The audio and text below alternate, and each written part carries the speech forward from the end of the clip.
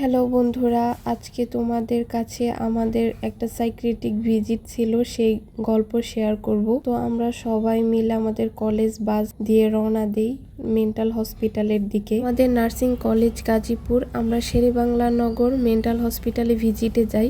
এদিকে আমার বান্ধবী কি বলতেছে শুনেন। কখনো ব্রিজ দেখিসনি? তোরা কখনো আর্মি স্টেডিয়াম দেখিসনি? মূর্খর দলেরা, গ্রামের চাচাতো বোনেরা। এদিকে আমার এক বান্ধবী দাবি করে বসছে এলিফ্যান্ট রোড নাকি ওর বাবার, এই রাস্তা দিয়ে যেতে হলে ওকে ভ্যাট দিতে হবে। যাচ্ছিলাম আমাদের সংসদ ভবনের সামনে দিয়ে, ভাবছিলাম একটা ভিডিও করব, একটা ছবি তুলব, কিন্তু ফোন বের করতে করতেই গাড়ি চলে যায় আর ছবি তুলতে পারি নাই। এদিকে আমার অবস্থা খুবই খারাপ। আমি আমার বান্ধবীর কোলে শুয়েছিলাম। আমি একটু রাস্তাও জার্নি করতে পারি না। যাওয়ার সময় আমার বান্ধবী প্রিয়ার কোলে মাথা রেখে যাই, আর আসার সময় আমার বান্ধবী খাদিজা, ওর কোলে মাথা রেখে আসি। 3 দিন এভাবেই চলতে থাকে। আর এই যে আমার বন্ধু সম্পদ, সে অনেক ভালো হেল্পারই পারে। আমাদের জাতির সম্পদ, মাল্টি ট্যালেন্টেড একটা ছেলে।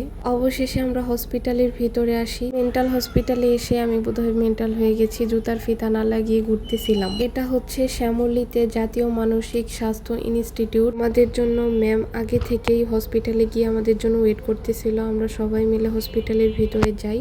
তারপর আমরা সেখানে গিয়ে ম্যামের কাছে প্রেজেন্ট দিয়ে যার যার ওয়ার্ডে গিয়ে ডিউটি করা শুরু করে দিই। আল্লাহর কাছে লাখ লাখ শুকরিয়া, আল্লাহ আমাদের এরকম কোনো মানসিক রোগ দেয় নাই। আমাদের জন্য দোয়া করবেন, আমরা যেন ভবিষ্যতে ভালো একটা নার্স হতে পারি।